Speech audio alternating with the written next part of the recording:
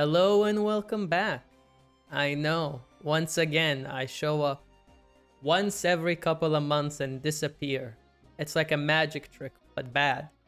Anyway, happy Box Day, everybody.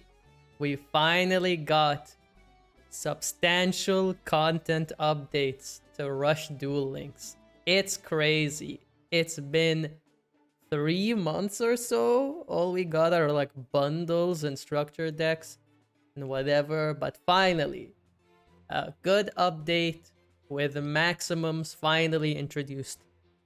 And what are the general thoughts? As expected, the maximums are kinda bad. You know, we already knew this coming in, and it doesn't really help that the way Konami has structured it is that a lot of the good decks have reasonable, outs to maximums. It's not like they have to work really hard to out them. But regardless, I still wanted to rock a maximum deck.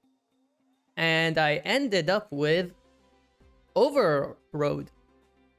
Now, initially, I didn't want to play Overroad. Reading the skill, I thought it was like one of the weaker maximum decks that you could play. But I was genuinely surprised, but that mainly probably has to do with some of my luck. Maybe I'm just gifted, I don't really know. But we hit KoG in one day, as usual, But what I want to focus on is just briefly explaining how this deck works, some of its strengths, and obviously its weaknesses. So let's go more in depth in the deck list portion. And here's the list. Now, when I want you to think of this deck, don't really think of it as a maximum deck. Think of it as like a beatdown deck with SRM mainly as your finisher. The maximums do come into play at some point, but you don't really try and force it. It's like a natural thing that happens as you go through your deck. So let's start mainly with just the skill itself, because it's the most important thing, and I think the reason why Overroad has any viability in this format at all. So basically, it's mistranslated. They already announced it in the game, where you can only run 21 and lowers that are spellcaster or machine to use it. So again, small indie company, they always do this, mistranslating skills. But basically, you special anything from your hand, face down, and you can flip it up. And then at the end of the turn, if you use that effect, you can stack whatever maximum in your graveyard to the top of your deck. Basically how it works. Now, the stacking part and the special summon part obviously are important. The stack means that you're always able to do this every turn. And since it stacks on the end phase, it's not like your opponent has any way to disrupt it. You're always guaranteed to draw the maximum again, unless we get more in the future, like deck milling effects, like for both people or just your opponent's deck. But that's not relevant right now. So the idea is you summon your 7-Sword Magician, your Torna, any of your beaters, whatever it might be.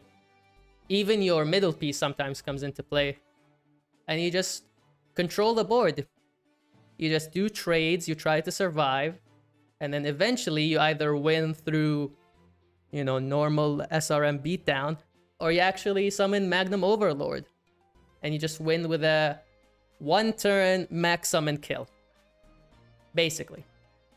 Now, some of the weaknesses of this deck are, I don't want to say necessarily itself. I mean, the obvious weakness is that you're restricted on what you can play, but that's a given if you're running the skill. It's mainly just the environment around this deck, where if you run into aggro, you're gonna struggle a bit, especially if it's Dragius. You might not have enough time to assemble Magnum Overlord. But if you do draw it while your life points are lower, you just win on the spot because of the attack boosting effect it has from left piece. And right piece will always gain attack. in addition with this deck is that since we have Seal Array, Tribute to the Doomed, and the Royal Rebel skill, where heavy metal clears anything, invasion, clears your entire board, it seems like a deck like this will struggle. I wanna say mainly in the tournament aspect.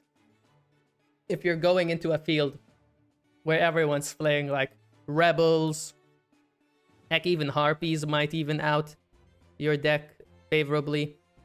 But I think for ladder, like for the KoG climb, it's gonna be fine. And I think even in the upcoming Goha Cup, it's also gonna be fine. Not stage 2 though. I think stage 2, this deck will definitely struggle. But other than that, it's mainly just a shell of spellcasters and different attributes for SRM. I decided to fit the different attributes. In the off chance you run into another maximum, you can use the skill to lower it, and then SRM beats over it. It's basically the introduction of Mage, but you don't need to play Mage in this deck. The skill does it for you with the lowering. Other than that, the only notable things I should mention is just we run Reincarnation because you really need to find SRM. So if they're stuck in Grave, Reincarnation brings it back. Or, you know, obviously, if you want to assemble the maximum. Pierce is here just in case you want to push for game. Or I've ran into this not too frequently, but it's enough of an occurrence where you consider running it, where you sit on Overlord and then people just go sideways and just turn everything to defense, and you can't really apply any pressure because unlike Yig and unlike the Harpy maximum, Overload doesn't really do enough pressure to clear the monsters or switch them to defense by itself. It needs something extra. So that's what Pierce is for, and that's what Torna is for, where you can tribute it over the Overlord and then go for lethal that way. Seal Array, classic card that I think is going to be a mainstay of the format, and it recycles. And then Widespread because it's good, and I chose to run Recital mainly because I don't think any of the other attack reduction traps do much this format, and you just want to save a body as a tribute or save an SRM if the situation arises. But yeah, just to summarize myself a bit, don't think of this as a maximum deck. This is a Seven's Road Magician deck, and you sometimes go into Magnum Overlord for a finishing move. So overall, general thoughts are, deck is fun. I love representing Yuga in any facet, but I definitely think it's gonna struggle the most of the new decks. And if you're taking this to a tournament, you're probably gonna get, you know, sacked by the demon skill or just people teching against maximums. Although you might catch people off surprise. There's been many games in my KoG climb where I was on the back foot, I drew into Overlord, and then they just died. And there was nothing they could do about it. So yeah. Now let's look at one replay. I think it's of my KoG rank up, just to show you the basic structure of the deck, how it works normally. Alright. So this is gonna be the KoG rank up game that I had. And it's up against warriors. This is actually the only warrior I saw in the ladder climb. So they're gonna be a perfect, testing ground to see how the deck works. So here, importantly, I need to pause it here. You can see that our hand was filled with a lot of high levels, a lot of 1 or 2 tributes.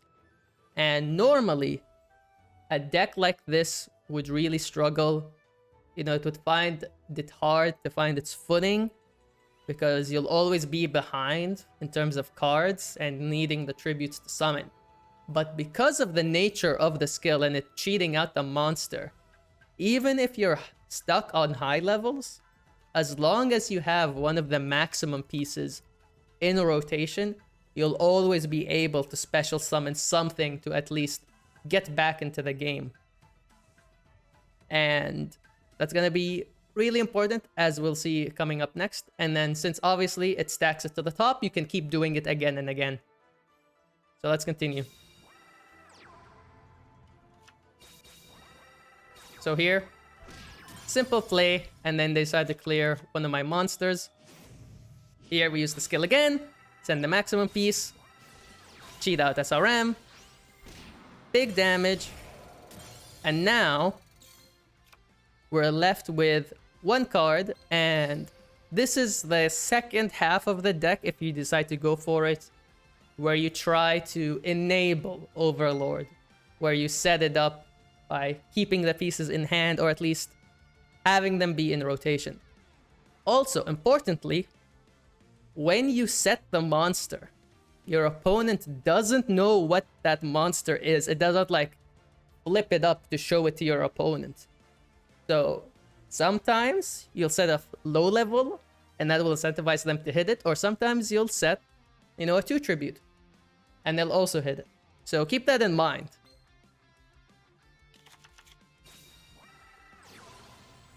So now here, the carrier, they're gonna start doing some plays. Into Chemi Ruler, Hammer Crush, unfortunately hits our Seal Array. And then they go Dark Arts to clear the board.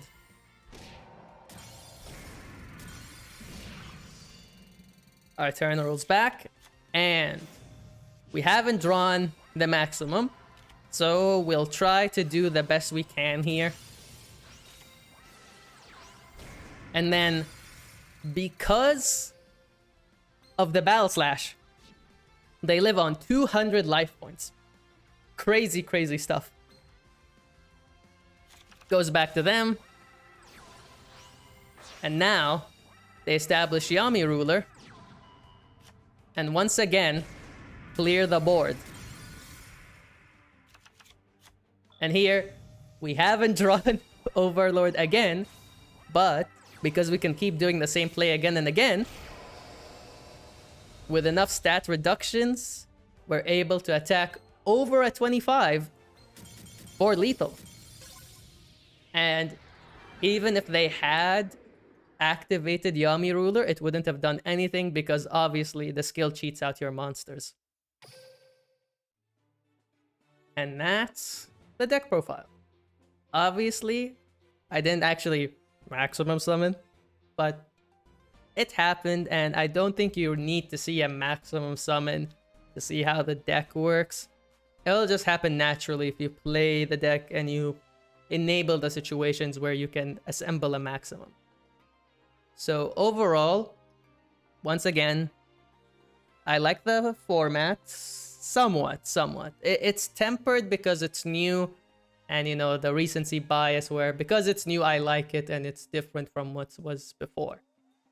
However, if you don't like the variance of one-ofs, if you don't like the gameplay of people pressing their skills and it doing so much and enabling so much stuff that's like out of your control, the cards that you draw and the cards that you set can't really interact with them in any way, shape, or form, then you probably are gonna find it somewhat taxing, tilting, annoying, whatever word that you want to use to describe it. Because ultimately, what they're doing right now is that they want to make the Rush Duel-Links format varied enough. The gameplay that they're going for is definitely based on skills, and a lot of the skills that we've seen can be activated turn after turn after turn, and you can't exactly ignore them. If you take the game seriously, where you want a KoG or you go into tournaments, that's gonna be a factor that you're always gonna consider. So if you're not okay with that sort of gameplay loop, then I just suggest to take this game more casually, And obviously, Original Rush is there for you. As for what I think of the decks currently, they're a little dumb, truthfully, but it's fine, you know. There will always be a dumb deck in these kinds of games. And I'm excited for, you know, playing this for the next couple of weeks, you know, doing the Goha Cup, doing some ladder climbs, but then obviously it will fall off or my interest will fall off. And then I'll disappear for months again. Hopefully, when I do come back, I have something other than Duel-Links, but we'll see. So I'll catch you all around as always.